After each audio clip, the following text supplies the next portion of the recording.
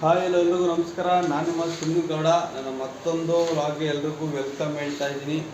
ಇವತ್ತು ನಮ್ಮ ಅಪ್ಪ ಬಂದಿದ್ದಾರೆ. ನಿನ್ನೆ ಊಟ ರಜೆ ಮಾಡಿದ್ದು ಇಲ್ಲಿ ಆಫೀಸ್ ಕೆಳಗಡೆ ಮಾತ್ರ ಹಾಕಿದೆ. ನಿಮಗೆ ಲಾಸ್ಟ್ ವಿಡಿಯೋ ನೋಡಿದ್ದೀರ.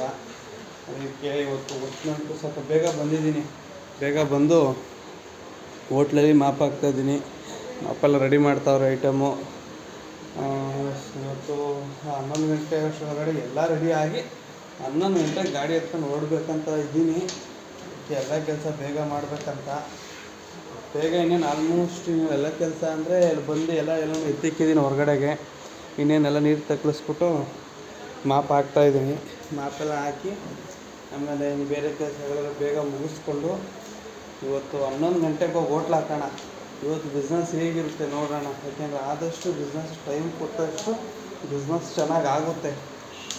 ಅದಕ್ಕೆ ಮತ್ತೆ ಹೋಗಿ ಹೋಟ್ಲ್ ಹಾಕೋಣ ಅಂತ ಕೆಲಸ ಬೇಗ ಬೇಗ ಮುಗಿಸ್ಕೊಂಡು ಓಡಬೇಕು. ಚಳಿ ಏನು ಅನ್ನಿಸ್ತಲ್ಲ ಇವತ್ತು. ಮೊನ್ನೆ ಸ್ವಲ್ಪ ಚಳಿ ಜಾಸ್ತಿ ಇತ್ತು. ಚಳಿ ಇಲ್ಲಾಂದರೆ ಸರಿ, ಇಲ್ಲಾಂದರೆ ಕೆಲಸ ಮಾಡೋಕ್ಕೆ ಒಂಚೂರು ಹಿಂಸೆನೇ. ಹೋಟ್ಲ್ ಹಾಕಕ್ಕೆ ಬಂದೆ. ಇವಾಗ ಹೆಂಗೋ ಫುಲ್ ಖಾಲಿ ಐತೆ. ಒಂದು 11 ಗಂಟೆಗೆ ಹೋಟ್ಲ್ ಹತ್ರ ಬಿಟ್ಟು ಈಗ ಒಂದು 11:15 ಬಂದಿದ್ದೀನಿ. 11:15 ಆಗೈತೆ. ಇವಾಗ ಫುಲ್ ಖಾಲಿ ಐತೆ. ಇವಾಗೆಲ್ಲನೂ ಎತ್ತಿಕ್ಬಿಟ್ಟು ಐಟಮ್ನ ಬೇಗ ಬೇಗ ಹೋಟ್ಲ್ ಹಾಕಬೇಕು.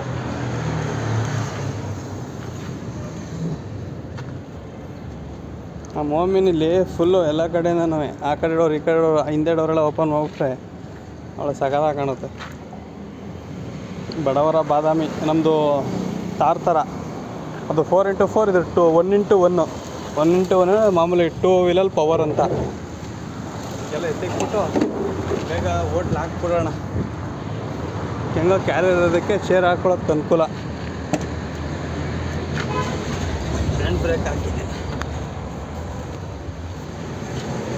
ಹಿಂಗೆ ಆರನ್ ಇರೋದಕ್ಕೆ ಗಾಡಿ ಓಡ್ಸೋಕ್ಕೆ ಹಂಗೆ ಸಕ್ಕತ್ತಾಗೆ ಖುಷಿ ಆಗುತ್ತೆ. ಇವಾಗ ಮಾತ್ರ ಹಿಂಗೆ ಹೆಂಗೆ ಸೌಂಡ್ ಬರುತ್ತೆ ಗೊತ್ತಾ ಗುರು. ಈ ತಮಿಳ್ನಾಡು ಏನಾದ್ರು ಪಾಕಿಸ್ತಾನದಲ್ಲಿ ಐತಾ ಹಿಂಗೆ ಅಲ್ಲ ಗುರು? ಏನು ಯಾವಾಗ ನೋಡ್ರು ಯಾವ ವರ್ಷ ಪ್ರತಿ ವರ್ಷ ಇವ್ರದ್ದು ಇದೇ ಕಥೆ ಇಲ್ಲ. ಪಾಪ ನಮ್ಮ ಕರ್ನಾಟಕದಲ್ಲಿ ಶಬರಿಮಲೆಗೆ ಹೋದರೆ ಏನು ತೊಂದರೆ ಕೊಡ್ತಾನೆ ಇರ್ತಾರಲ್ಲ. ಇಲ್ಲಿ ಆಯಿತು. ಇವತ್ತು ಸ್ವಲ್ಪ ಬೇಗನೆ ಖಾಲಿ ಆಗೈತೆ. ಈಗಾಗಲೇ ಟೈಮು 3:15.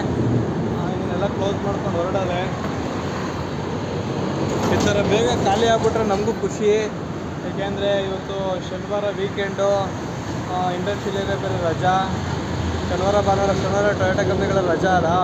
ಅದಕ್ಕೆ ಬಿಸ್ನೆಸ್ ಆಗುತ್ತೆ ಹೆಂಗೋ ಅಂತ ಅಂದ್ಕೊಂಡಿದ್ದೆ. ಬಟ್ ಹೆಂಗೋ ಬಿಸ್ನೆಸ್ ಆಯಿತು. ಎಲ್ಲ ಖಾಲಿ ಆಗೈತೆ. ಈಗಾಗಲೇ 3:15. ಒಳ್ಳೆ ಹೊಡ್ತೀನಿ ಇವಾಗ ಹೋಟ್ಲ್ ಹತ್ರ ಹೋಗಿ ಅಲ್ಲಿ ಏನೇನಿದೆ ಕೆಲಸಗಳನ್ನ ನೋಡೋಣ. ಪಾಪ ಯಾರೋ ಬರ್ತಾವ್ರು ಇವಾಗ ಊಟಕ್ಕೆ. ಇವ್ರಿಗೆ ಇಲ್ಲ ಅನ್ಬೇಕು ಇವಾಗ ಊಟ ಖಾಲಿ ಆಗೈತೆ ಅಂತ. ಖಾಲಿ ಆದಮೇಲೆ ಅವ್ರು ಬಂದಾಗ ಇಲ್ಲ ಅನ್ನೋಕ್ಕೂ ಬೇಜಾರು. ಏನು ಮಾಡೋಕ್ಕಾಗುತ್ತೆ. ಈಗ ಅವ್ರಿಗೆ ಹೇಳ್ಬಿಟ್ಟು ಎಲ್ಲ ಕ್ಲೋಸ್ ಮಾಡ್ಕೊಂಡು ಹೊರಡೋಣ. ನನ್ನ ಹೆಂಡತಿ ಹೊರಗಡೆ ಹೋಗಿದ್ದು. ಬರುವಾಗ ಹಂಗೇ ಇದು ಎಗ್ ಪಪ್ಸು ಮತ್ತು ಚಾಕ್ಲೇಟ್ ಕೇಕು ತಗೊಬಂದಿದ್ಲು. ಕೆಲಸ ಮುಗಿಸ್ಕೊಂಡು ಮನೆಗೆ ಬಂದು ಹಂಗೆ ತಿನ್ಕೊಂಡು ಕುಂತಿದ್ದೆ. ಗುರು ಮನೆಯಿಂದ ಬಂದೆ ಇವಾಗ ಹೋಟ್ಲಿಗೆ. ನಾನು ಸ್ವಲ್ಪ ರೆಸ್ಟ್ ಮಾಡಿಕೊಂಡು ಈಗ ನಮ್ಮಪ್ಪನ ರೆಸ್ಟಿಗೆ ಕಳಿಸ್ದೆ.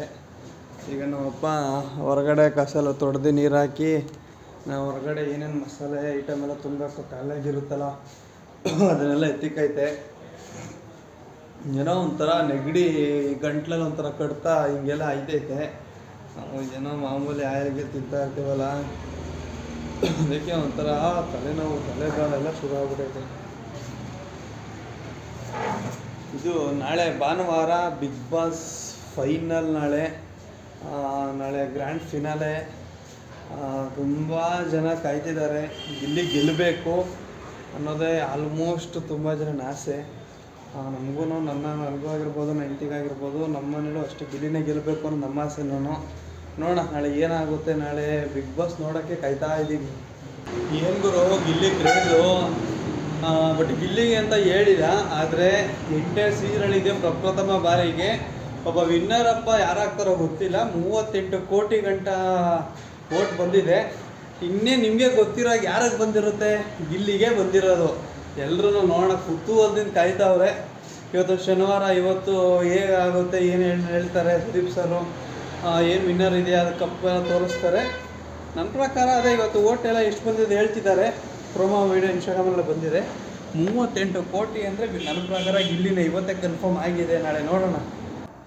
ನಾನು ಬ್ಲಾಗ್ನ ಇಲ್ಲಿಗೆ ಎಂಡ್ ಮಾಡ್ತಾ ಇದ್ದೀನಿ. ಇವತ್ತು ಜಾಸ್ತಿ ಎಲ್ಲೂ ವೀಡಿಯೋ ಮಾಡೋಕ್ಕಾಗಿಲ್ಲ, ತುಂಬ ಕೆಲಸ ಇತ್ತು.